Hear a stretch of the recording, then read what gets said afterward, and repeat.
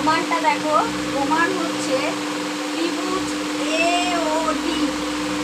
ত্রিভুজ এ ও ডি। এ ও ডি কোনটা? এ ও ডি কোথায়? ওই তো এ ও ডি মানে এরকম হচ্ছে এ, তারপর মাঝখানে ও, তারপর ডি, এরকম হচ্ছে লেখাটা। ত্রিভুজ এ ও ডি ও ত্রিভুজ ডি ও ডি এর মধ্যে দীর্ঘ হাওয়া পাচ্ছ নাকি? সেও সে হাওয়া পাচ্ছ। ডিওডি এর মধ্যে AD equal to BD. AD equal to BD. AD বাহু, এডি বাহু ইকুয়াল টু বিডি মানে এটা সমান এটা। তারপর কি বলছে? ডি হচ্ছে অতএব এবি বাহু, এবি বাহু মধ্যবিন্দু,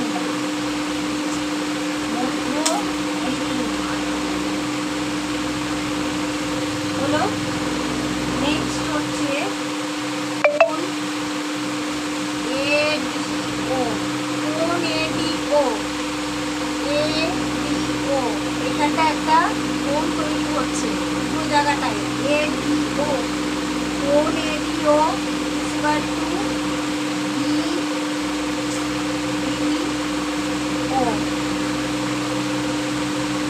ইকুয়াল টু এক সমকোণ। এডিও ঠিক আছে, আর হচ্ছে বিডিও, বিডিও এগুলো হচ্ছে এক সমকোণ। সমকোণের মতো লাগছে দেখো, লক্ষ্য করে দেখো।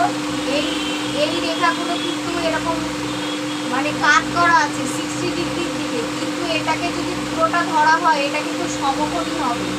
এখানটা যদি সাইড দিয়ে একটা রেখা টানা হয় তাহলে সমকোণ হবে। তো এগুলোকে বলা হচ্ছে এক সমকোণ।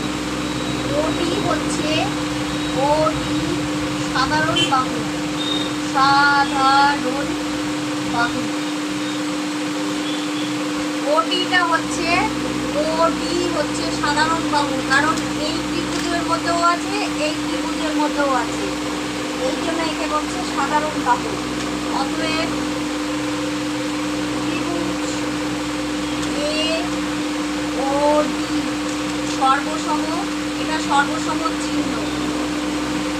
ত্রিভুজ ডি ও ডি অতএব O A equal to O B, এগুলো হচ্ছে বাহু।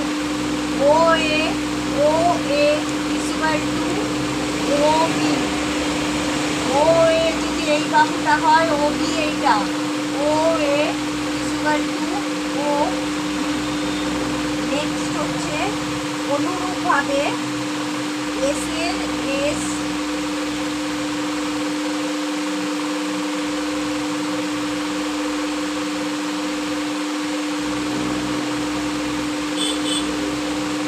ত্রিভুজ বি ও সি সর্বসম